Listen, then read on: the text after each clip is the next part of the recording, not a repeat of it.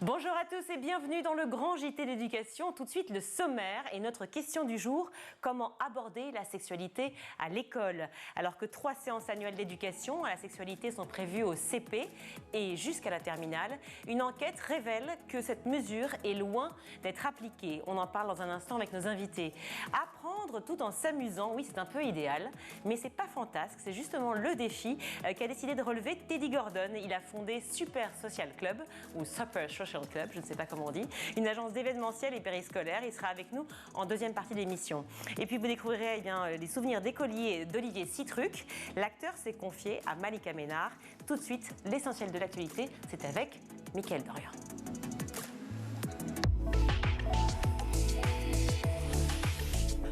Cher Mickaël, comment ça va? Bien, très bien, merci Virginie. Alors l'actu en bref, justement, mardi avait lieu le lancement de l'application 3018 contre le cyberharcèlement. On en a longuement parlé hier en plateau, en présence notamment, justement, ce lancement avec le ministre de l'Éducation nationale, Jean-Michel Blanquer. Jean-Michel Blanquer, mais aussi Adrien Taquet, le secrétaire d'État chargé de l'enfance et des familles, mais aussi la première dame, Brigitte Macron. Ils se sont tous donné rendez-vous au lycée professionnel de Prony à Asnières-sur-Seine. Retour donc en images sur le lancement du 3018, l'application essentielle pour les violences numériques.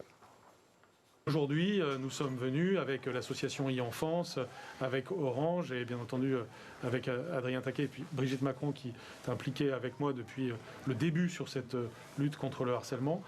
Parce qu'aujourd'hui, il y a une nouvelle application du 3018 qui permet aux élèves, lorsqu'ils ont cette application, à la fois de signaler un cyberharcèlement, d'en envoyer les preuves et d'avoir une réaction très rapide. Ils peuvent avoir un interlocuteur pour supprimer les contenus, ils peuvent chatter ou ils peuvent mettre dans un coffre des informations dont ils se serviront ou non. C'est simple, facile d'utilisation, c'est une pierre de plus à l'édifice.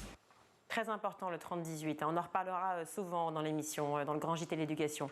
On a échappé au pire hier dans une école maternelle à Montpellier. Lundi, 2 petits garçons de 4 ans scolarisés dans une école maternelle de Montpellier ont réussi à quitter l'établissement. Les 2 enfants se sont échappés par la porte d'un local poubelle donnant accès à l'extérieur au moment de la récréation. Ils ont été retrouvés sains et saufs sur le quai d'une gare proche de l'école. La mère d'un des 2 enfants a décidé de porter plainte contre l'établissement scolaire. Oui, je disais hier, c'était bien lundi, effectivement. L'Éducation nationale souhaite sensibiliser les élèves sur les enjeux des zones polaires. Une mission confiée par Jean-Michel Blanquer à Laurent Maillet, inspecteur général de l'éducation, du sport et de la recherche et président fondateur du think tank Le Cercle Polaire. Il était interrogé sur France Info. Alors en fait, cette mission est née d'une initiative que je menais dans mon coin sans en parler à personne. J'avais convaincu le recteur de Rennes, de la région académique Bretagne, de lancer un premier programme pendant l'année scolaire 19-20 autour des pôles. Et donc on a proposé aux élèves essentiellement des collèges et des lycées des 4 départements de la Bretagne, on leur a dit voilà un beau projet avec une liste de thématiques, banquise versus glacier, arctique versus antarctique. On avait construit une sorte d'abécédaire, on leur dit vous vous saisissez de ce que vous voulez et à la fin de l'année vous revenez. On construit l'abécédaire avec toutes les contributions des classes et on espère avoir construit quelque chose. Et malgré la crise sanitaire qui a sévi en 2020, eh bien, en juin 2020, on a réuni tout ce petit monde en visio et on s'est aperçu que la thématique plaisait énormément et que ce que véhiculent les questionnements sur les pôles intéressait beaucoup les élèves collèges et lycéens. Et après, les parents, eh bien, ce sont les profs des prestigieux lycées parisiens Henri IV et Louis le Grand qui protestent contre le nouveau mode de recrutement. C'est une centaine de professeurs en colère qui signent ce mercredi une tribune dans le Figaro. Ils jugent, je cite, choquante la nouvelle procédure visant à mettre fin dès la rentrée prochaine au recrutement des élèves sur dossier. L'objectif de cette réforme étant d'encourager la mixité sociale en obligeant ces lycées qui bénéficiaient jusque-là d'une dérogation à respecter un quota d'élèves boursiers. À Hénin-Beaumont, les élèves d'un lycée ont eu une très grosse frayeur. Alors qu'une classe de 27 élèves était en devoir surveiller et que des travaux se déroulaient juste au-dessus, une partie du plafond s'est littéralement effondrée, comme vous pouvez le voir sur ces images. Un élève a été légèrement blessé à la main. On termine avec la principale d'une école catholique aux États-Unis qui vient d'être condamnée pour avoir détourné de l'argent de l'école. Au total, cette nonne octogénaire a détourné plus de 800 000 $ des caisses de cette école californienne, de l'argent qu'elle a utilisé pendant plusieurs années pour flamber au casino et se payer des vacances. C'est un audit réalisé dernièrement qui a permis de découvrir la fraude qu'elle avait tenté de couvrir en ordonnant à ses subordonnés de détruire des documents compromettants. Elle a été condamnée lundi à 1 an de prison et elle a reconnu qu'elle avait péché. Bon, au moins ça. Merci Mickaël. Je vous retrouve tout à l'heure. Oui, à tout à l'heure. Parle-t-on assez de sexualité à l'école? Une dernière enquête réalisée par le collectif Nous Toutes montre que non. Pourtant, des cours spécifiques sont prévus pour cela par l'Éducation nationale. Alors, la sexualité à l'école, est-ce encore tabou? Comment en parler à nos enfants? Justement, on en parle en plateau tout de suite. Et pour en parler justement de ce sujet très important, j'accueille Maëlle Chaland-Belval. Bonjour, merci d'être avec nous.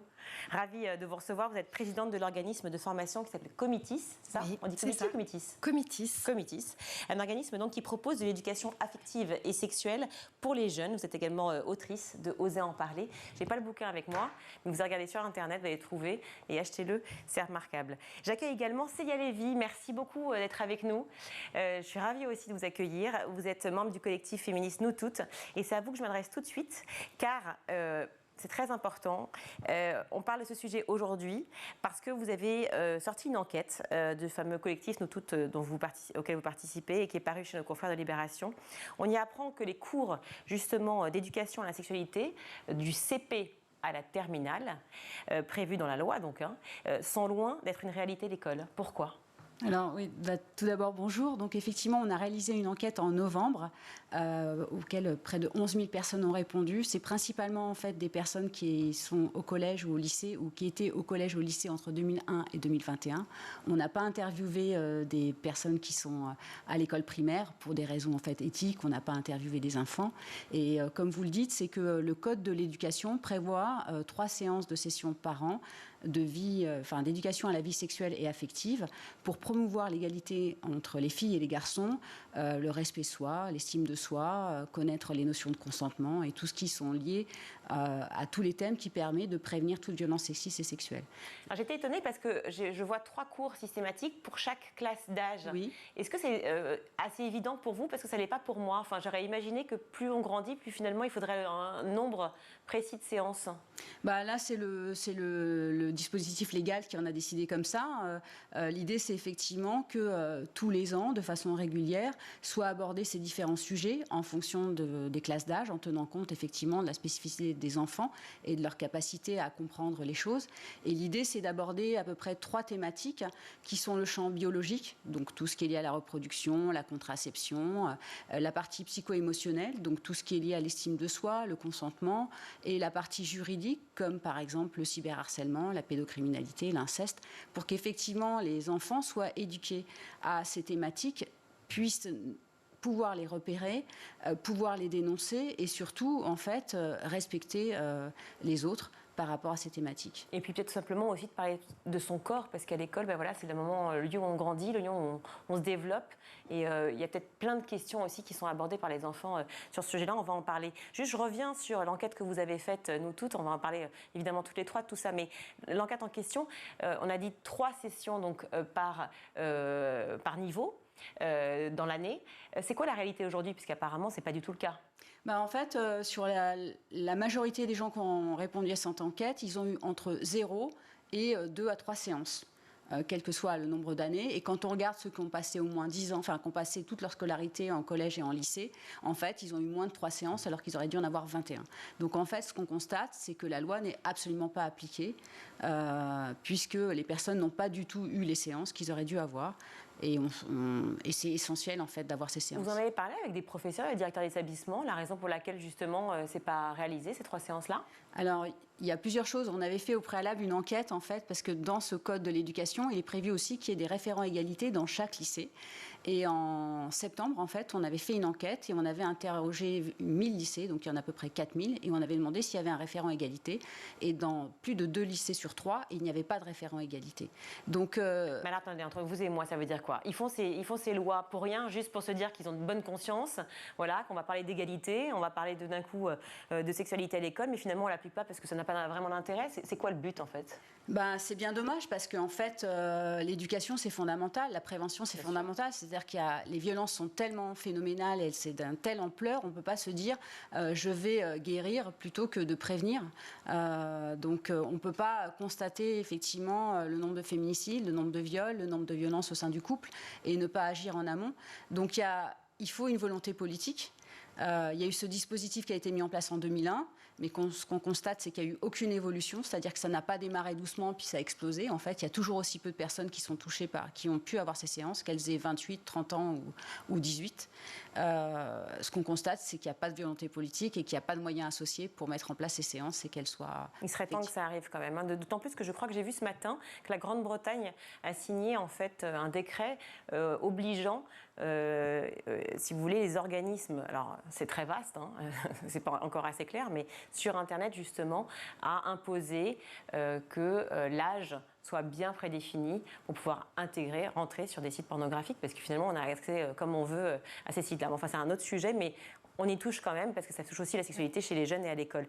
Maëlle Chaland-Belval, vous êtes donc, je disais, présidente de Committis, un organisme qui propose de l'éducation affective et sexuelle pour les jeunes. Est-ce que vous pensez que c'est relatif aussi à un problème d'effectifs à l'école justement et dans les établissements? Est-ce que vous croyez que les personnes qui doivent justement remplir ce rôle de pouvoir éduquer ou du moins parler de sexualité à l'école ne sont pas suffisamment formées? Peut-être qu'il y a un problème de volonté aussi ou de gêne, je ne sais pas, ou alors tout simplement parce que les directeurs d'établissement ne jouent pas leur rôle. Je pense qu'une des grandes différences entre il y a 20 ans, donc 2001 et 2022 maintenant, c'est quand même une prise de conscience des chefs d'établissement, des équipes éducatives, d'un besoin d'éducation à la sexualité pour les enfants et les adolescents. Moi, quand j'ai commencé, donc il y a une petite vingtaine d'années, il fallait les convaincre en fait que l'éducation à la sexualité était importante, nécessaire, que les adolescents en avaient besoin. Je pense que pourquoi de plus en plus... Qu'est-ce qu'ils vous disaient? C'était quoi la première réaction? Ils apprendront tout seuls comme nous. Ouais. Oui, il y a 20 ans, c'était ça. Aujourd'hui, on ne dit plus ça, vous voyez, parce qu'aujourd'hui, le paradigme a changé. Les enfants, les adolescents vivent plus tout à fait dans le même univers, dans le même monde, et leur accès à Internet a fait évoluer la donne. Donc, je pense qu'aujourd'hui, les adultes ont davantage de conviction sur le fait que l'éducation à la sexualité est importante. En tout cas, les adultes éducateurs, ceux qui travaillent avec eux. Oui. En revanche, entre être convaincu et motivé et se sentir capable de le faire, il y a un abîme. C'est assez difficile. Là, on parle de ceux qui vont justement mettre proposer en place, cet atelier. J'allais dire oui. enseigner, mais ce n'est pas le terme, mais parler éducation. Et ouvrir la parole. D'accord. Et il y a ceux aussi qui entendent, donc les écoliers, les collégiens et les lycéens. Comment sont-ils face à ce type de proposition? Comment réagissent-ils? Enthousiastes. Et ça, vous voyez, je pense que cette enquête, elle a quelque chose de très attristant, voilà, affligeant, de se dire ça ne bouge pas, c'est stable à la baisse, alors que les adolescents aujourd'hui en ont hyper besoin, sont demandeurs, sont engagés dans ces séances. Vous voyez, dans ces séances, ils sont actifs, ils sont moteurs, ils sont demandeurs. Donc je m'interroge aussi finalement sur ce grand fossé entre le désir de faire un peu, ou que ce soit fait plutôt de la part de certains adultes, les adolescents qui sont en demande, et puis finalement voilà ce flou, ce manque de construction, vous voyez, de l'éducation à la sexualité en France, ce manque de pensée. Je prends... C'est très tabou encore, c'est ça? Parler sexualité, c'est compliqué? Vous le voyez toutes les deux, de chacun de votre côté? Je pense que c'est moins tabou, mais... c'est pas pour ça que c'est facile d'animer un groupe d'adolescents sur ces sujets. Vous voyez, quand ils vous posent une question qui, pour certains adultes, ressemble à une question bombe. Comme quoi? Madame, vous pensez quoi de la non-binarité? Madame, comment on se remet d'un chagrin d'amour? Donc, vous voyez, la pauvre prof de lettres... c'est compliqué de répondre comment on se met un chagrin d'amour, en même temps. Exactement, c'est compliqué. En fait, c'est pas si facile, vous voyez, l'éducation à la sexualité. Là, c'est aussi à l'affectivité, en fait, à la relation sentimentale. Mais c'est ça, le texte. Et à la relation au corps aussi. C'est ça. Oui. C'est qu'on n'essaie pas de dissocier les deux. Madame, on fait comment quand on n'aime pas son corps? Vous voyez, une question comme ça. Le pauvre prof de sport... Vous voyez, c'est difficile, ça demande d'être quand même formé, accompagné, d'avoir aussi une analyse des pratiques, un partage entre professionnels, de ne pas être tout seul avec les adolescents sur des questions qui finalement, parfois nous-mêmes, nous font bouger, nous heurtent, interpellent notre propre vie personnelle. Mais même en tant que parent, c'est très difficile d'y répondre. Oui, mais justement, l'école, ça a aussi un rôle qui est toujours intéressant parce que c'est une tierce personne et que c'est une autorité et donc du coup, ça a un impact très fort. Et c'est justement le lieu où il faut en parler, l'école. Ah oui, moi j'en suis persuadée. Par exemple, le fait qu'il doit y avoir un référent égalité dans chaque lycée, ça concourt à ça. C'est-à-dire que c'est l'idée, le référent égalité, c'est un professeur qui est effectivement intéressé par ce domaine-là, qui va avoir une formation, qui va lui permettre effectivement d'utiliser des outils qui pourront effectivement lui permettre d'échanger avec les élèves, de travailler sur différents sujets. Ça peut être l'estime de soi, l'amour de son corps, la non-binarité, l'identité de genre, des questions en fait que se posent les adolescents. Qu'on se pose tous en fait. Qu'on se pose tous. On s'est toutes posées, nous, avant, qui sommes d'une autre génération, et on n'avait pas justement ces cours-là, ça nous a manqué. Non mais c'est vrai, ça vous a pas manqué, vous, quand vous étiez jeune? Si, et puis il y a les relations aussi entre les personnes, c'est-à-dire qu'effectivement, accepter ou pas des pratiques et dire non, je ne veux pas, c'est pas quelque chose qui est respectable, c'est humiliant pour moi, tu n'as pas à me les imposer, ce genre de choses, pouvoir en parler, c'est extrêmement important. Quand en fait on regarde, il y a de plus en plus d'enquêtes qui montrent que en fait les jeunes sont extrêmement exposés aux violences, que ce soit des violences au sein de leur couple, que ce soit effectivement du cyberharcèlement. Si ces sujets ne sont pas abordés à l'école, en fait, à quel endroit ils vont être abordés? Bien sûr. Et peut-être la question aussi que jouer le collectif permet aussi de comprendre qu'on n'est pas seul avec ses propres questions, peut-être, en tant qu'élève. Très précieux. En fait, la dynamique de groupe, et pour ça, l'école est un bon lieu pour l'éducation à la sexualité. La dynamique de groupe permet aussi des prises de conscience. Elle permet de se sentir entre pairs concernés. Elle permet aussi des jeux pédagogiques. Voilà, on n'est pas juste dans faire un TD ou un DST d'éducation à la sexualité avec tu remplis tes schémas. Non, en fait, on pense. Justement, c'est des outils qui donnent à réfléchir et à penser. Comme quoi? Comme les boîtes à questions. Vous voyez un peu ce que c'est. Une boîte à questions, c'est comme une question un peu badine. On la prend et un adolescent pose une question. Et elle est anonyme, il la met dans une boîte à questions et on prend le temps de dépouiller la boîte à questions et puis de répondre aux questions que l'adolescent l'intervenant avec l'aide des jeunes. Voilà, en fait, on fait nôtre la question que toi, tu as posée. Voilà, Jérémy, tu as posé cette question. Maintenant, non, pas Jérémy, justement, c'est anonyme. Alors, Jérémy, mais moi, je peux ne pas savoir que l'un ou l'autre, voilà. Mais en fait, cette question qui est posée, elle devient celle du groupe. Et c'est ça qui est intéressant pour sortir de l'isolement. C'est-à-dire que voilà, les questions sur le consentement, mais même sur la pudeur, sur la gêne que j'ai avec telle personne de ma famille, mais aussi sur mes attentes et mes désirs. Vous voyez, madame, la fidélité, mais madame, le plaisir sexuel, en fait, la première fois, ça fait mal. On réentend tout le temps cette question. Donc, par-delà même les violences, il y a aussi une ouverture et des perspectives de bonheur dans la vie affective et sexuelle à ouvrir et à donner. Vous voyez, parce que parfois, le point de vue est très défaitiste. Et l'éducation à la sexualité, pour moi, c'est pas un militantisme contre. Vous voyez, c'est une ouverture de perspective. Alors justement, j'allais y venir parce qu'on parlait tout à l'heure d'Internet. Ça n'a pas que le lien avec Internet. Ces cours-là sont nouveaux, certes, dans le paysage de l'éducation nationale, mais ils vont avec notre temps, effectivement, et donc avec ce chemin vers les réseaux, vers ce qu'il y a de bien et ce qu'il y a de moins bien. Mais aussi, ces cours-là sont utiles aussi pour peut-être normaliser des termes qui paraissent souvent un peu grossiers ou un peu ridicules ou un peu gênants. Je veux dire, on parle de clitoris, de vagin, de mots sexuels, je notais, voilà, enfin, peu importe, pénis ou autre. Est-ce que tous ces mots-là, comment on fait pour tout d'un coup pouvoir en parler de manière beaucoup plus aisée et simple à l'école sans que le professeur lui-même soit gêné et que les élèves puissent libérer cette parole? Moi, je pense effectivement, il faut déjà nommer les choses. C'est-à-dire qu'à partir du moment où on ne les nomme pas, ça devient tabou et il y a plein de choses qui se greffent et qui ne sont pas forcément des choses très positives. C'est important de les nommer, d'en parler de façon naturelle. Maintenant, mais les parents et les professeurs eux-mêmes sont gênés, c'est ça le problème? Oui, mais justement, ça passe, je pense, par la formation. Et puis, il n'y a pas que l'idée de ces séances, c'est aussi une ouverture sur l'extérieur. C'est-à-dire que les établissements ont tout à fait la possibilité de faire appel à des associations qui sont spécialisées sur le sujet. Ça peut être le planning familial, ça peut être des associations de sages-femmes, ça peut être effectivement comme l'association de Madame. L'idée, c'est ce qu'on a constaté dans l'enquête, c'est que plus il y avait d'intervenants différents, professeurs SVT, référents égalité, intervenants extérieurs, plus en fait les personnes qui avaient eu des séances avaient des séances qui étaient extrêmement variées et étaient en fait tout à fait d'accord avec le fait que ces séances leur avaient permis d'avoir une vision plus égalitaire entre les filles et les garçons, de pouvoir mieux comprendre ce qu'était qu'une violence sexiste et sexuelle ou de comprendre effectivement tout ce qui était des notions de plaisir ou de notions de désir ou de consentement.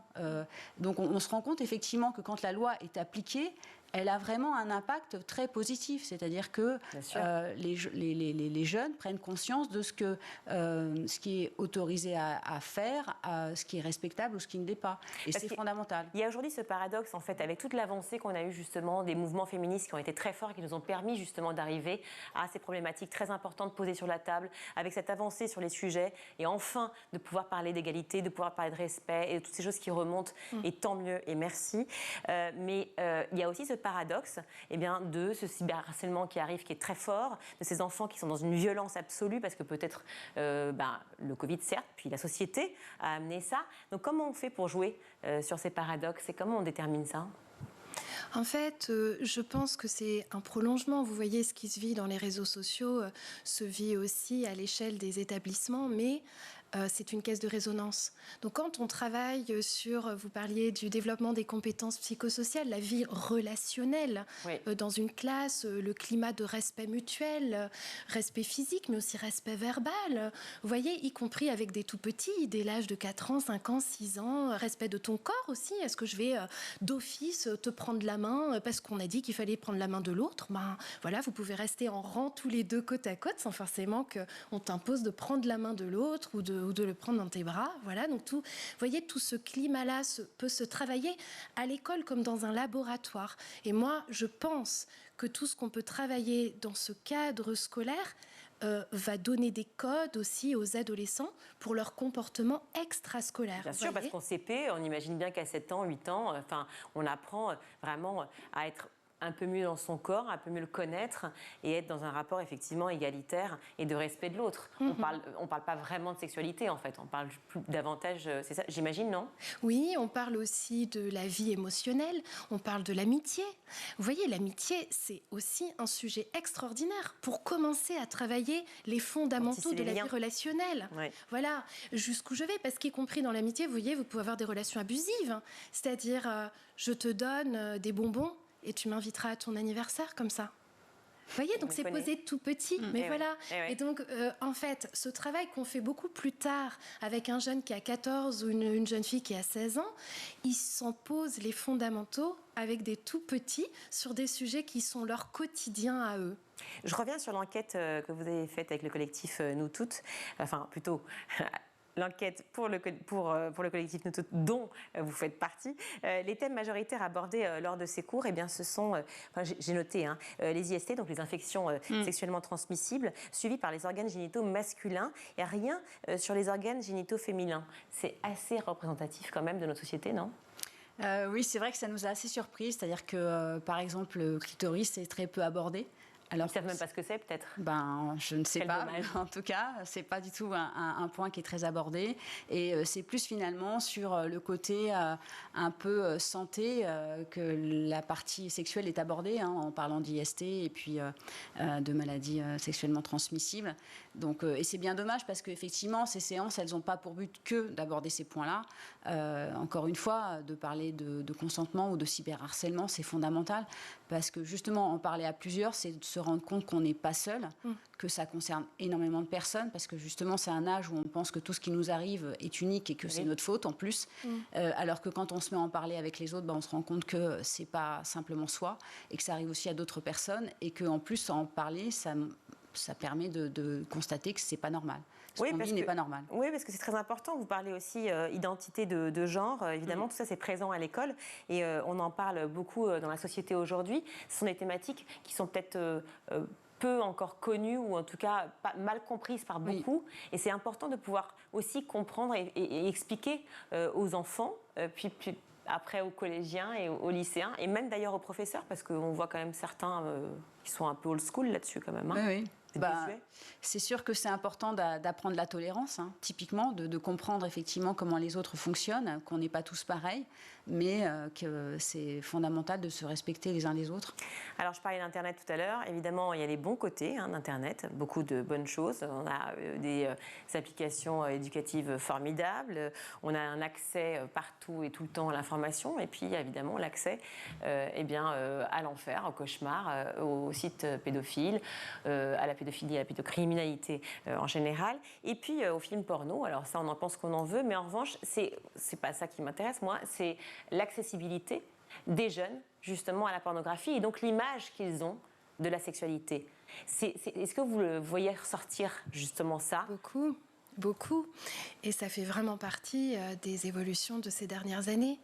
C'est qu'en fait, face à l'absence des adultes sur ces questions d'éducation affective et sexuelle, parce que c'est souvent un petit peu quand même le constat, ils sont isolés entre pairs, isolés avec leurs écrans, et l'offre à laquelle ils accèdent, ça peut être des séries, ça peut être des films, donc là, ils se forment un jugement sur ce que peut être une relation, des disputes, voilà. Enfin, on a vu des séries aussi complètement bidons qui ne sont pas porno et avec des relations épouvantables dedans. Hein. En fait, pour moi, la grande question, c'est comment les aider à sous-titrer, vous voyez, ces images. Alors, bien sûr, faire barrière, parce que les plus jeunes n'ont absolument pas les moyens d'intégrer, de discerner, de juger ce qu'ils peuvent en faire. Et pour les plus grands, c'est très important de sous-titrer avec eux, de déconstruire, en fait, de déconstruire ces images, d'apprendre à les lire, à les décrypter, pour qu'ils puissent mettre à distance ces représentations très stéréotypées de la sexualité, qui n'ont rien d'un tuto du sexe, mais qui sont juste des caricatures pour la masturbation. Voilà, c'est juste ça. Et en fait, ils en sont bien conscients que la pornographie a un côté caricatural pour la masturbation. Ceci dit, il leur manque des pensées, des contre-réflexions. Ils n'ont pas les moyens d'avoir un espace tiers pour échanger sur ces sujets-là, qui consultent souvent tout seuls. Qu'est-ce que vous en pensez, Émilie ? Moi, je suis pas sûre en fait qu'effectivement ils ont conscience que la pornographie c'est pas la réalité. Je pense que malheureusement, justement parce que en matière d'éducation, ces séances ne sont pas du tout appliquées, donc ça crée un vide. Et finalement, il y a beaucoup de jeunes qui font leur éducation via la pornographie, leur éducation sexuelle, et c'est des représentations qui effectivement représentent des rapports complètement inégalitaires, complètement faussés surtout, complètement faussés, hétérosexuels, haineux. En plus, là, il y a une dénonciation des conditions dans lesquelles sont tournés ces films qui sont extrêmement inadmissibles. Et je pense en fait que ça concourt en fait à la représentation des relations entre les femmes et les garçons. Et quand je vous disais tout à l'heure, je citais l'enquête des petites Glo, mais c'est vrai que on a pratiquement une très grande majorité de jeunes femmes qui acceptent des pratiques ou qui acceptent de relations sexuelles parce qu'elles craignent de devoir être quittées ou de ne pas aimer, de pas être aimées par leur partenaire. Et je pense que souvent ça renvoie à des représentations qui sont vues dans les films pornographiques et qui sont considérées comme une norme par certains garçons et aussi acceptées par les filles parce qu'elles pensent que c'est ça la norme. Bien sûr, et puis la normalité aussi de la façon de faire et de son propre corps. C'est-à-dire que le problème, c'est que ces jeunes-là ne se rendent pas compte aussi de ce qu'ils voient, qui n'est absolument pas une réalité de vie dans la pratique, mais aussi la représentation de soi et dans le sentiment. Parce qu'en fait, là, pour le coup, on parlait d'affectivité, de sentiment. Bon, ils pensent qu'en fait, le sexe peut être décorrélé, évidemment, on le sait, bien sûr, il n'y a pas de jugement encore une fois là-dessus, mais ça peut aussi aller ensemble. On en parle de ça. Oui, et puis je suis aussi attentive au fait que la pornographie ne fait pas que des victimes du côté des femmes. Moi, je suis très attentive à ce qu'on fait ou à ce qu'on ne fait pas de nos garçons et de nos hommes. Alors, c'est probablement parce que je suis mère d'un certain nombre de garçons, mais je suis attentive aussi à ce thème-là. Vous voyez, finalement, eux-mêmes sont caricaturés comme étant des sortes de bêtes de sexe, des sortes de robots pardonnez-moi, de l'éjaculation. Et finalement, quelle caricature d'eux-mêmes aussi on leur renvoie, comment on leur ouvre un espace de possible à ces garçons qui leur donne aussi une belle image d'eux-mêmes en réunissant d'autres parts de leur personne que cette part pulsionnelle et animale. Et de performance. Eux-mêmes en sont victimes et de performance. Voilà, donc c'est intéressant de le travailler sous l'angle des biais des dominations, mais je pense que finalement, la caricature à eux aussi est blessante, pour eux aussi est blessante, et que souvent les garçons sont un peu des délaissés de l'éducation à la sexualité. Voilà. Est-ce que vous croyez que ce sont nos enfants qui vont éduquer un peu nos parents finalement ? Enfin, leurs parents ? Oui, j'en suis persuadée. Moi, j'en suis persuadée. Effectivement, les personnes qui sont jeunes ont une capacité à interpeller la société telle qu'elle est en disant moi, je viens dans un monde que je n'ai pas créé et qui nous pose systématiquement des questions en disant mais pourquoi ça existe ? pourquoi, je reprends par exemple quand on est une petite fille ou une jeune fille, pourquoi quand je me promène dans la rue, je peux me faire harceler, pourquoi quand je vais à l'école, on peut me soulever la jupe, un certain nombre de choses. Je pense que ces interrogations, beaucoup de personnes les ont eues et elles interrogent le monde tel qu'on vit. Donc, et puis pourquoi aussi beaucoup de harceleurs, violeurs, agresseurs sont condamnés ou à peine condamnés à quelques mois de prison, alors que d'autres, voilà. Aussi, mais je pense que...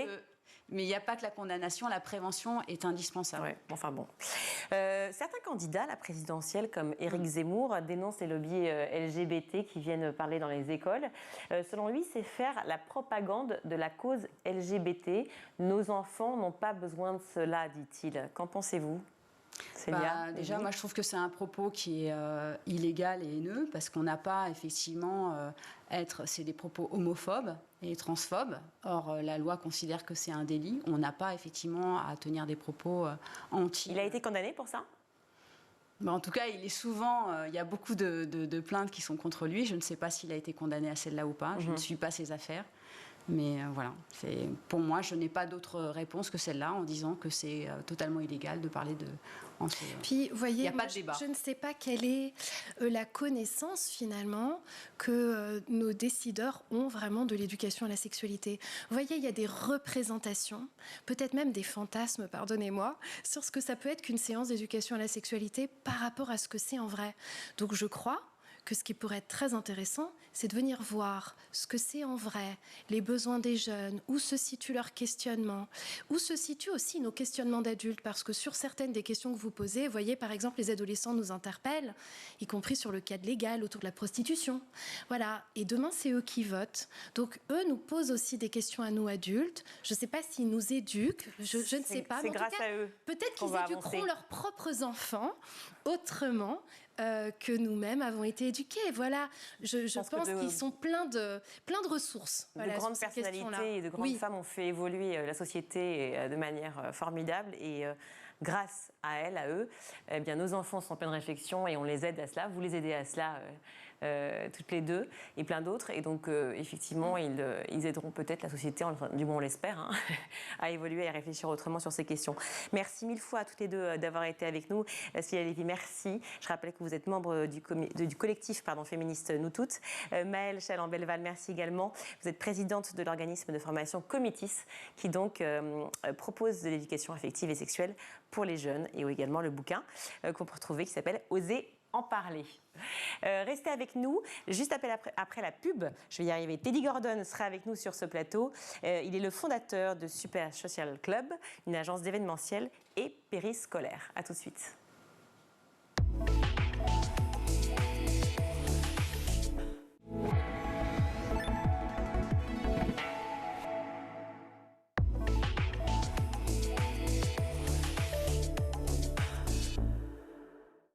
De retour sur le plateau du Grand JT, on est avec Teddy Gordon. Bonjour, merci d'être là. Merci de m'avoir invité, enchanté. Bah oui, je suis ravie, surtout qu'en plus vous avez un regard complice tous les deux parce que vous vous connaissez. On a appris ça il y a 2 secondes. Hein.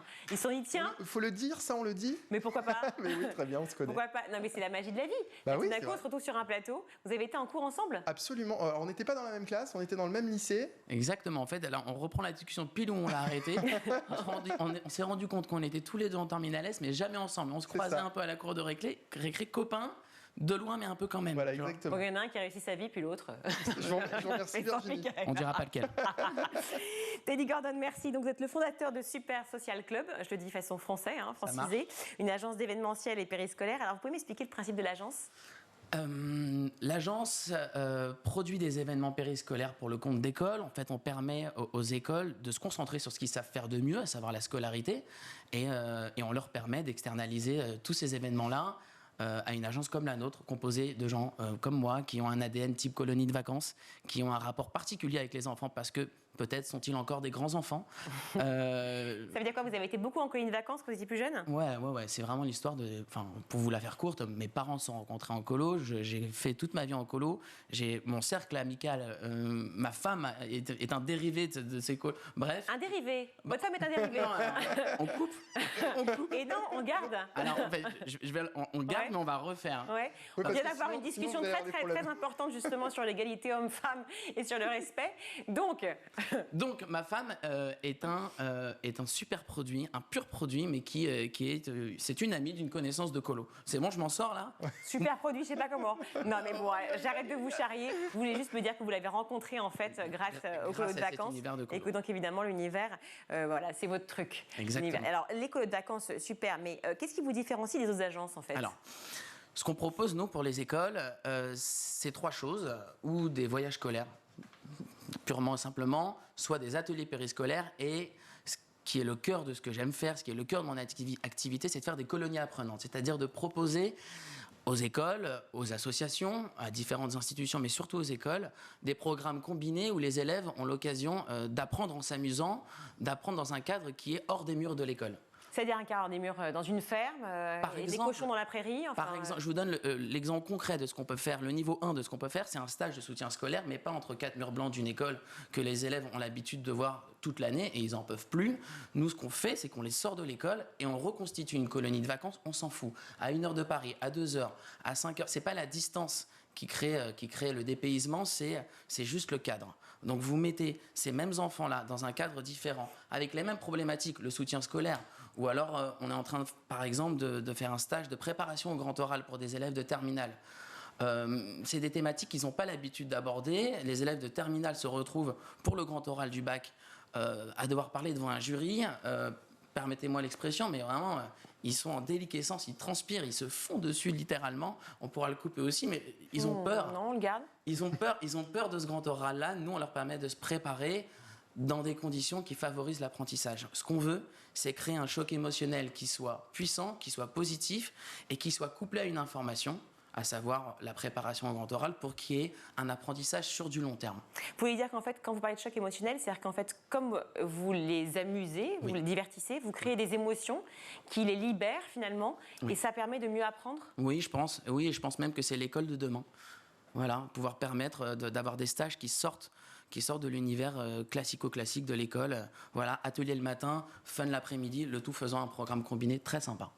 Et quand on réunit des élèves de terminale qui ont donc 17-18 ans, hein, c'est ça, quand on les réunit dans une ferme, à la campagne ou à la montagne, on arrive quand même à les faire bosser? Bien sûr. Beaucoup plus que ce que vous pensez. On se tutoie, on se voit. C'est vrai que c'est compliqué. Beaucoup plus. Imagine-toi, il y a 15 ans, quand on était en terminale, si on t'avait dit, au lieu de réviser les maths, le mercredi après avec ton prof particulier qui vient chez toi et qui est en tête à tête, les yeux dans les yeux, on te propose de faire ça avec tes copains, mais quand même avec un cadre qui est celui d'un séjour dans une classe avec tes profs d'habitude. Mais même tes profs, ils sont beaucoup plus détentes parce que c'est des humains, ils sont à la campagne. Et l'après-midi, ils font les veillées avec toi. Et le soir, ils font les veillées avec toi. Tout ça fait un cadre qui est très fraternel, qui est très amical, qui est très chaleureux. Mais alors dit comme ça a l'air effectivement fantastique. Hein, même nous, on a envie d'y aller. Mais le problème, c'est que on est d'accord que ça ne supplante pas l'école. Pardon ? Ça ne supplante pas l'école, c'est pas à la place de l'école. Non, alors, c'est pas à la place de l'école, c'est en plus de l'école. On peut faire ça pendant les vacances scolaires, voilà. Mais j'ai aussi des commandes pour des très courts week-ends, des sortes de stages commando de 2 jours, 3 jours. Stage commando ? Stage commando. Et ça, ils aiment bien les enfants, ils n'ont pas peur? Non, c'est quoi, c'est un laser game, votre truc? Non, c'est le laser game de l'éducation. Ils ont l'impression qu'ils sont investis d'une mission, avoir son bac ou avoir son brevet. Il y a même des thématiques beaucoup plus cool. Sortons un peu du soutien scolaire pur. L'entrepreneuriat, l'environnement, le digital. Il y a plein de thématiques qu'on peut aborder dans ce cadre-là. En fait. À partir de quel âge ils peuvent venir les enfants? Alors, on peut faire ça de 6 ans jusqu'à 17 ans. Et on est même en train de me solliciter pour du post-bac. Voilà, c'est encore d'autres problématiques. Moi, ce que je veux, c'est pas spécialement faire du week-end d'intégration où on picole. Et voilà, c'est pas trop l'idée. Moi, j'aime vraiment l'idée. J'espère bien qu'effectivement, les enfants de 6 ans vont pas picoler. Non, ou alors du champomis. Ou alors, faut dire une autre marque, mais il y en a pas d'autres. Des jus de pommes pétillants. Du champagne pétillant. Non, voilà, c'est de 6 à 17 ans. Et les événements peuvent être étudiés et co-construits avec l'école. Et l'idée, c'est d'être dans la continuité pédagogique de l'école. On se met dans les chaussons de l'école. Moi, j'ai pas pour vocation de faire briller ma marque ou le nom de ma marque, même si on en parle aujourd'hui. Moi, ce que je veux, c'est de rentrer vraiment dans le programme pédagogique de l'école et de m'y intégrer totalement pour être leur prolongation, tout simplement.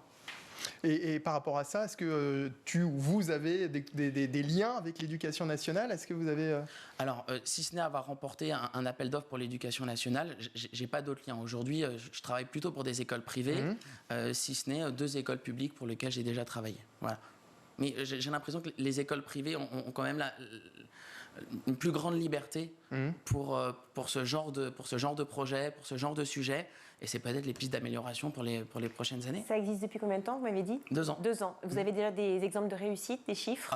Oui, des exemples de réussite, c'est déjà plus d'une dizaine d'événements réalisés pour des enfants, mais aussi je commence aussi pour des adultes, puisque la grande réussite, c'est que les adultes se posent la question de comment nous aussi on pourrait libérer notre âme d'enfant. Voilà, moi j'aime travailler avec les enfants parce qu'ils sont libres, ils ont un état qui est inné, libre, et ça commence à faire un petit peu tâche sur les adultes qui se disent mais nous aussi on veut s'affranchir de ces freins-là. Donc j'ai déjà quelques réussites sur le passé et des réussites prochaines, j'espère. Alors, d'accord. Donc, on prend une semaine type. C'est une semaine type qui est donc forcément en vacances scolaires. Ouais. Il se passe quoi? Quelles sont les activités et qui sont les profs ou les coachs, c'est mon fauteuil qui grince, ou les coachs qui sont autour de vous et qui justement enseignent les matières aux enfants? Alors, prenons l'exemple d'une semaine de soutien scolaire qui a été le premier événement que j'ai fait. C'est le plus basique, c'est juste après le confinement. On a pris une classe de terminale, enfin plusieurs classes de terminale. C'était une école de soutien scolaire, ils étaient 40. Ils avaient cours le matin.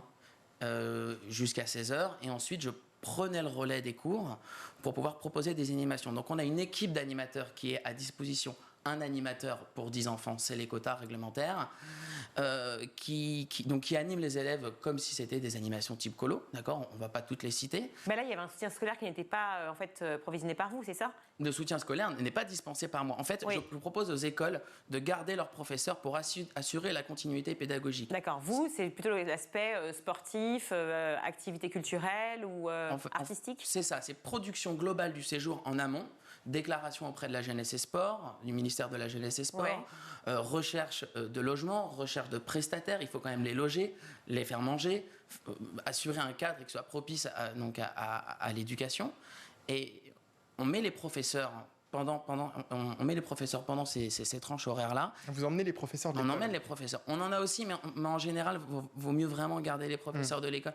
Les élèves se sentent plus à l'aise et ils aiment voir leurs professeurs dans un cadre qui est différent. Quand les cours sont finis, par contre, c'est nous qui prenons le relais et ça, c'est une autre paire de manches. Donc vous faites ça en lien avec une école à chaque fois, en fait. Exactement. C'est pas juste, on appelle de plusieurs écoles différentes et on vient tous chez vous. C'est grâce à une école, en lien avec l'école, et donc vous assurez la continuité pédagogique. Exactement. C'est là où vous différenciez, en fait. Exactement. C'est du B2B, on n'est pas du B2C.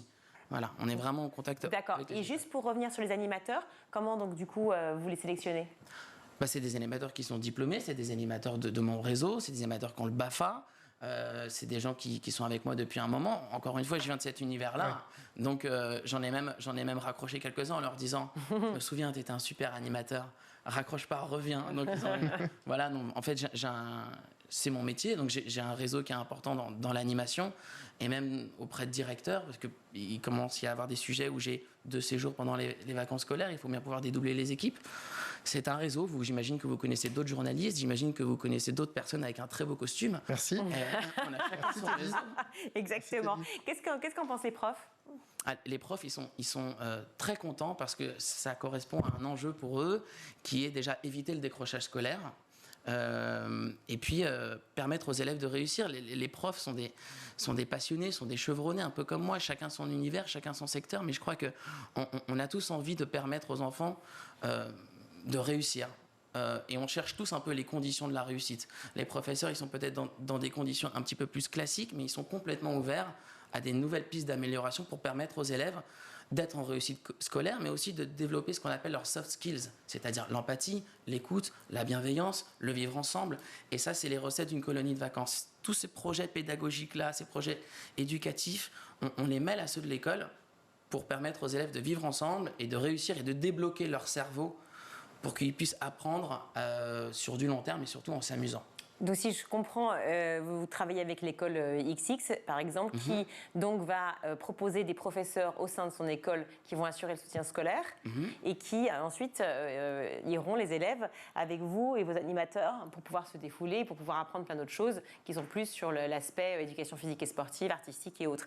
Mais à quel moment les professeurs, en fait, eux, trouvent un moment de répit dans tout ça? Parce que finalement, en fait, ce qui m'impressionne, c'est comment ils vous disent oui. Ils nous disent oui parce que déjà, ça peut être un complément de rémunération pour eux. Et puis, et c'est là que ça a été les premiers germes de mais mince, ça peut marcher aussi pour les adultes. Parce que moi les profs, après 16 heures, je leur dis ok, c'est fini pour vous, c'est à nous de reprendre la main. Non, mais il paraît qu'il y a une activité quiz, il y a un mardi, tout est permis. Je peux. En fait, je dis mais laissez-nous maintenant, c'est à nous. En fait, il y a le décor penché, le mardi, tout est permis. Non, alors franchement, si vous trouvez quelqu'un qui est capable de me le faire, à moindre coût pour une association qui fait plein de belles choses, ramenez-moi ce mec. C'est entendu, là ça y est, le message est passé. Je vais parler justement de l'aspect financier. Ça coûte combien, premièrement? Alors, il y a plusieurs formules. Ça dépend déjà où les élèves sont logés. Ça peut être des chalets plus ou moins mignons, plus ou moins vêtus. En fait, les chalets qui sont agréés jeunesse et sport ne sont pas toujours de toute beauté, mais on arrive quand même à trouver quelques pépites. La pépite coûte plus cher que le chalet de 1972, avec de la moquette Bordeaux au plafond, ça c'est sûr. Mais pour répondre à votre question, si on fait un séjour du dimanche au jeudi, ça coûte dans les alentours entre 5 et 600 euros pour un enfant. Pour un enfant ou pour l'école, des fois c'est financé par l'école. Ah bon? Il y a des écoles qui financent le projet? Des écoles privées ou publiques? Des écoles privées plutôt. Qui aident en fait, qui cofinancent ou qui estiment que ça fait tellement partie de leur programme pédagogique qui permettent ce séjour-là. Ouais, tout à fait. D'accord. Et donc, du coup, les professeurs, effectivement, vous disiez, c'était un complément de revenu également pour eux. Tout à fait. D'accord. Vous organisez pas de séjour pour des journalistes d'une chaîne éducative, non? Parce que ça donne envie depuis tout à l'heure. Alors, j'y ai pensé en venant et en passant dans les locaux. Ce que j'aimerais vraiment faire avec vous, c'est proposer à une école une semaine autour de la thématique images et son, où le matin, ils auraient des ateliers avec vous ou avec vous sur comment se comporter, comment parler à l'image, comment lâcher prise. Et l'après, on pourrait faire des animations foot, olympiade, balle aux prisonniers. Je suis sûre que ma rédactrice en chef et Magassel sera partante. Et moi, pourquoi pas? Vous, Mika? Moi, balle aux prisonniers, je suis partant, moi. Ah oui, non, pas moi. Est-ce que je pourrais rajouter une petite chose? En fait, c'est la formule de base que je vous dis, soutien scolaire et des animations type colo après. C'est vraiment le B.A.-ba, c'est le niveau 1 pour que vous compreniez. Mais ce qu'on fait, en plus des animateurs, on a tout un réseau de professionnels experts et qui interviennent auprès de thématiques qui sont très précises. Je vais donner l'exemple du public speaking, de la préparation au grand oral. C'est pas nous qui le faisons, c'est des experts. On fait des ateliers podcast, on fait des ateliers autour du digital, autour de l'entrepreneuriat, autour de la nature et l'environnement. Moi, je ne peux pas savoir tout faire. Mes animateurs, ils ont quelques spécialités. La danse, le théâtre, certaines choses comme ça. Mais il y a des thématiques qui sont tellement pointues et tellement ciblées aujourd'hui qu'on fait appel à des professionnels, ce qui peut éventuellement monter le coût du séjour. Et vous faites aussi du mentorat, en fait. Exactement. Parfait. Écoutez, merci beaucoup. Bravo pour la SEUS qui s'appelle Super Social Club, une agence d'événementiel et périscolaire. Quel est le site internet? Supersocialclub.net. Je regarde par où? Je regarde mon micro. C'est bon. Merci mille fois, Telly Gordon, d'avoir été avec nous. Merci. Tout de suite, c'est l'heure de Souvenirs d'écoliers. Cette semaine, Malika Ménard reçoit Olivier Citruc. L'acteur lui a raconté comment le théâtre l'avait aidé à vaincre sa timidité. Regardez.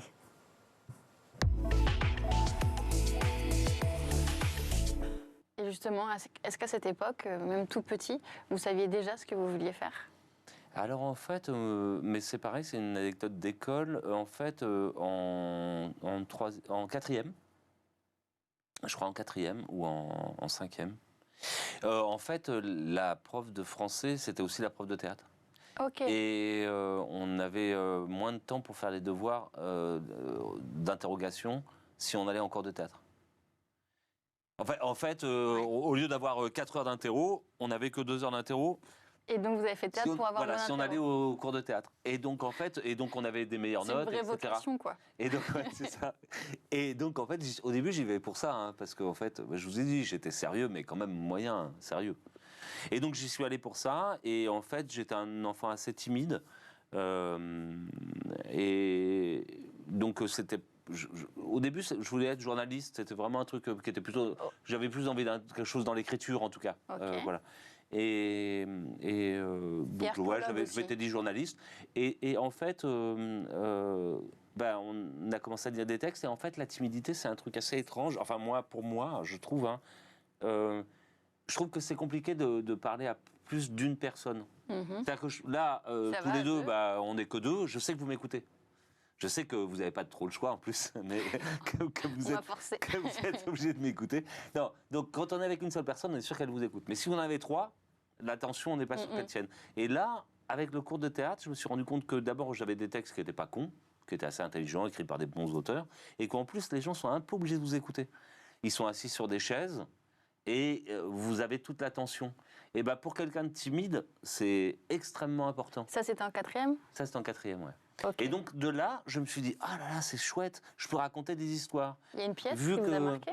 Pardon ? Une pièce, vous vous souvenez ? Non, je ne me souviens pas. On devait travailler Molière. Si, j'ai un souvenir d'une pièce, c'était Le Voyage de Monsieur Perrichon. C'est Anouilh ou Ionesco ? Je crois que c'est Anouilh. Du coup, ça, c'est que toute l'année de la 4e ? Ouais. Et ça se poursuit après en 3e ? Et en fait, ça se poursuit en 3e avec la même prof. Non, pas du tout, c'était elle qui avait décidé de faire ses cours. Donc on a fait ce spectacle-là en 4e, on a dû en faire un autre en 3e dont je ne me souviens pas. C'est drôle, je dis autre, comme si j'étais à Draguignan. Alors, on est un flashback total. Et ensuite, en seconde, il n'y avait plus les cours de théâtre. Mais il se trouve que j'ai croisé un ami de mes parents qui était à la Comédie Française, à qui j'ai dit « Ah, mais moi, je voudrais faire du théâtre ». Et il m'a dit, ma mère était là, et il a dit « Tu dois faire le conservatoire de région, tu dois passer ton bac, tu dois t'inscrire à la fac, ensuite tu t'inscriras dans une école privée, ensuite tu feras le conservatoire de Paris. » Et voilà, comme ça, Et donc je me suis retourné vers ma mère, j'ai dit « C'est ça que je veux faire ». C'était un mec assez beau. Et vos parents, ils étaient déjà... Pas du tout. Pas du tout. Parce que s'ils avaient cet ami qui... Ah non, pas du tout. C'était le frère d'un collègue de mon père. Mon père est médecin, et c'était un collègue médecin dont le frère était... Il n'y avait pas de un garçon qui s'appelait Jean-Luc Boutet. Mais ça vous dit rien du tout, mais c'était un grand comédien de la Comédie Française. Parce qu'il n'y avait pas de prédisposition, c'est ça que je veux dire. C'est vraiment le hasard. En fait, finalement, c'est cette prof de français en 4e. La seule prédisposition familiale, c'est que mon oncle a été grand rabbin de France pendant 21 ans, et que donc je pense qu'il était obligé de parler beaucoup. Et donc en fait, ça doit être... Vous aviez peur au démarrage. Et mon père a toujours beaucoup raconté de blagues. Donc j'imagine, voilà, une petite prédisposition. Mais au niveau du métier, non. Oui, parce s'il n'y avait pas eu cette prof de français qui offrait cette opportunité d'avoir moins de... Oui, tout à fait. Je ne sais pas si j'aurais fait ce métier, complètement. Je ne sais pas si j'aurais rencontré effectivement ce qui va devenir mon métier. Aujourd'hui, est-ce que c'est une passion que vous partagez avec vos enfants ? Alors, en fait... Mon fils aîné. Deux garçons ? Ouais, mon fils aîné qui a 26 ans, il est venu très très tôt sur des plateaux stagiaires, au théâtre aussi. Il a été beaucoup stagiaire chez mes potes dans plein de théâtres, et ça l'intéressait, puis c'était un bon moyen de gagner sa vie, de payer ces trucs d'étudiant, quoi. Et donc à partir de 15 ans, il était vraiment beaucoup sur les tournages et au théâtre. Et il a écrit et il a réalisé. Il commençait à réaliser, il commençait à écrire. Mais dernièrement, je lui ai demandé, mais il s'est tourné vers le scénario maintenant, il est scénariste. Et je lui ai dit, mais tu veux pas... Oui, il sort d'une école de scénariste, et son métier, c'est scénariste. Une grande école de formation qui s'appelle le CEA. Et en fait, je lui dis, mais tu veux plus réaliser ? Il me dit, oh non, c'est trop chiant les acteurs. Voilà. Donc c'était pour vous ? Donc je lui dis, mais je comprends pas en fait, je suis pas chiant, t'es venu avec moi sur des plateaux, je suis pas chiant, ah non, mais pas toi, mais alors vraiment les autres, non, c'est trop chiant. Voilà. Donc, et le plus petit ? Il veut plus réaliser. Le plus petit, il a 12 ans, pour l'instant il dessine, c'est pas précis, pour l'instant j'aimerais qu'il ait des meilleures notes. Ah, lui il est pas moyen sérieux. Il est très bien. Non, il a 14, mais j'aimerais bien qu'il ait 15. Mais 14, ça va ? Ouais, les 14, en fait, on a 14 parce qu'on a 20 en musique et 20 en dessin. Hein. Ah. C'est toujours un tout petit peu décalé. Hein. Alors, j'ai rien contre la musique et le dessin. Hein. Mais ce que je veux dire, c'est que un 20 en musique, non, il n'y a pas de coef. Ah oui, au collège ? Ouais. La moyenne de... Ok, bon. Et vous avez des bons rapports avec vos enfants ? Non, mais carrément. Oui. Carrément, ouais. Et non, ce qui est intéressant, c'est surtout à quel moment j'ai eu la même chose avec le grand, c'est à quel moment nous on décroche. C'est-à-dire où on décroche en maths, où on décroche en français, où on décroche en physique. C'est marrant ce moment-là. Alors pour l'instant, je décroche pas, il est en 5e, mais je pense que la 3e, je peux décrocher. C'est la fin de ce numéro. On se retrouve demain pour la suite de Souvenirs d'écoliers, toujours en compagnie d'Olivier Citruc. Le meilleur de School TV, eh bien c'est dans le ZAP. Et avec justement l'arrivée prochaine des JO à Paris, cette fois en 2024, le ministère de l'Éducation nationale veut que tous les élèves se mettent à une pratique plus intensive. Oui, c'est ça, une pratique quotidienne. Le ministère de l'Éducation nationale, de la jeunesse et des sports, en collaboration avec le comité d'organisation des Jeux olympiques et paralympiques Paris 2024, s'engage pour que chaque élève bénéficie d'au moins 30 minutes d'activité physique quotidienne. Alors ces 30 minutes, ils s'ajoutent, c'est ça, aux enseignements d'EPS et ont pour objectif de contribuer à la bonne santé et au bien-être des élèves. Cette mission, elle a été réalisée exclusivement sur le terrain. L'idée, c'était qu'il fallait que le terrain parle et que dans la diversité des actrices et des acteurs que nous avons rencontrés, que nous avons auditionnés pour lesquels nous sommes allés en visite au cœur des quartiers, alors on dit QPV, quartiers en priorité de la ville, on va dire nos quartiers populaires dans ces cités. C'est juste exceptionnel parce que, comme j'aime à dire, en fait, dans notre pays, dans ce beau pays qui est le nôtre, on a tout. On a tout, il existe tout dans notre pays. Ce n'est pas une question de finances. C'est certainement une question de meilleure utilisation des dispositifs financiers qui existent, mais c'est surtout que... Une meilleure répartition, vous dites ? Oui, il y a assez d'argent déjà ? Oui. Il n'y a pas besoin de plus d'argent ? Pour moi, aujourd'hui, en tout cas, par rapport aux préconisations qui sont faites, il n'y a pas besoin de plus d'argent, il y a besoin de mieux d'argent et d'une meilleure ventilation. Et que chacun, finalement, arrête de travailler dans son couloir et comprenne que le sport, vous l'avez rappelé Mathilde, est un catalyseur social transversal. Que seul on va plus vite, mais qu'ensemble on va plus loin.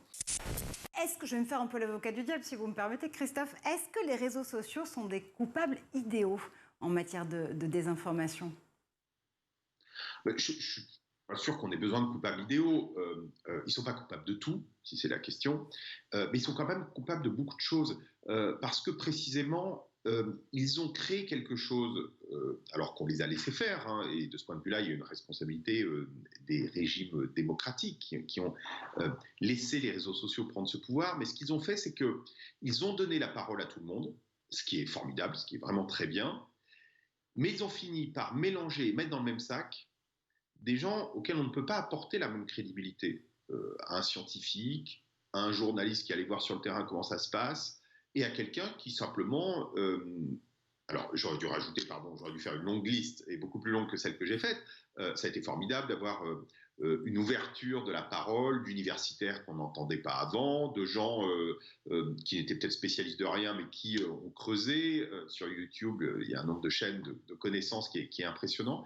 Mais ils ont aussi permis que les hurluberlus, les fous furieux, ceux qui voient des complots partout, des complots il y en a, mais il y a des gens qui en voient absolument partout et qui se trompent et qui en font commerce, et c'est devenu malheureusement très à la mode. Et tous ces gens-là qui, jusqu'à présent, étaient cantonnés aux marges, qui pouvaient parler, alors raconter leurs histoires absurdes à leurs petits-neveux, mais ça n'allait pas plus loin. Maintenant, du fait de cette organisation, de ce système, ils se trouvent au cœur et on les écoute plus parce qu'un hurluberlu, finalement, du fait des comportements humains, on a souvent envie de l'écouter. Marc-Olivier Dupin dans Les Symboles, un directeur musical à l'Opéra de Paris, qui est une pub vivante pour les programmes d'éducation musicale à destination des plus modestes. C'est Gustavo Dudamel, le Vénézuélien.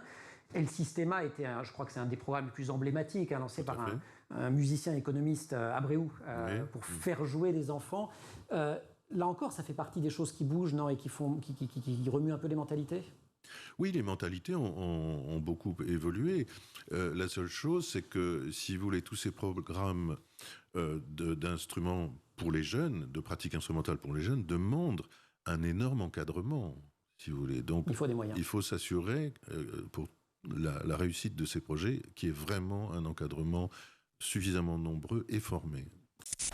Je pense que les habitants ont réellement besoin d'un accès dans la proximité à des espaces de liens sociaux et de pratiques sportives. Et donc en Seine-Saint-Denis, où la FSGT est un des acteurs sportifs principaux, nous venons d'expérimenter un très nouveau tiers-lieu sportif à Bobigny, dans un écoquartier qui vient juste de voir le jour, avec une population très mixte socialement. Eh bien, nous offrons un espace où des associations diverses pourront se réunir, par exemple pour parler sport et parentalité, pour parler sport et cancer, pour parler sport et travail. On offre un espace aussi de coworking dans ce tiers-lieu. Et puis la grande originalité, c'est qu'on permet, alors qu'il y a un espace de verdure tout en face, de pratiquer des activités physiques et sportives sur le temps de midi notamment.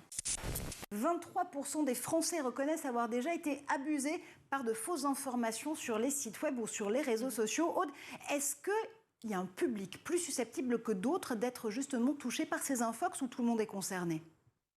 Ah, mais tout le monde est concerné. Moi, je me suis retrouvée plusieurs fois à partager des trucs où on m'a dit « Aude, retire en fait, parce que c'est faux. » Donc en fait, moi, je me mets pas au-dessus du lot non plus. Alors maintenant, je fais vachement plus gaffe et puis voilà, mais je parle de ça, c'était il y a déjà quelques temps, mais je suis pas du tout à l'abri. Et d'ailleurs, les journalistes, les premiers, c'est arrivé d'arriver sur des scènes où il vient de se passer quelque chose, il y a quelqu'un qui témoigne d'un truc incroyable, j'ai vu ci, j'ai vu ça, est-ce qu'on le diffuse, est-ce qu'on le diffuse pas, est-ce que c'est vrai, est-ce que c'est pas vrai, on n'a pas le temps, il y a le direct qui arrive dans 15 minutes, tout ça est très compliqué. Et en fait, je sais pas s'il y a des publics vraiment plus perméables à ce genre de choses. Le problème pour moi, il n'est pas là. Le problème, il est plus... c'est un très vaste sujet, et ce n'est pas les quelques secondes qui nous... Et donc dites-le. Alors, je vais le dire. Je crois que dans le système éducatif français, on ne donne pas assez de place à la créativité en général. C'est ça. Et ça, du coup, l'art et la culture sont un peu des greffes artificielles à cause de ça. Et moi, en musique, c'est vrai qu'on est censé faire. Oui. Et pas seulement apprendre. Oui, mais on peut apprendre en faisant. C'est une conviction très simple, mais je crois beaucoup à ça. Merci, cher Mickaël. Merci Virginie, à demain. Oui, à demain. Alors, vous retrouvez un autre copain d'enfance demain, peut-être ? On va faire ça tous les jours. Merci encore, Teddy Gordon, d'avoir été avec nous. L'édition est terminée. Vous pouvez la retrouver sur schooltv.com, évidemment. Et on se retrouve demain pour une nouvelle émission. Ciao.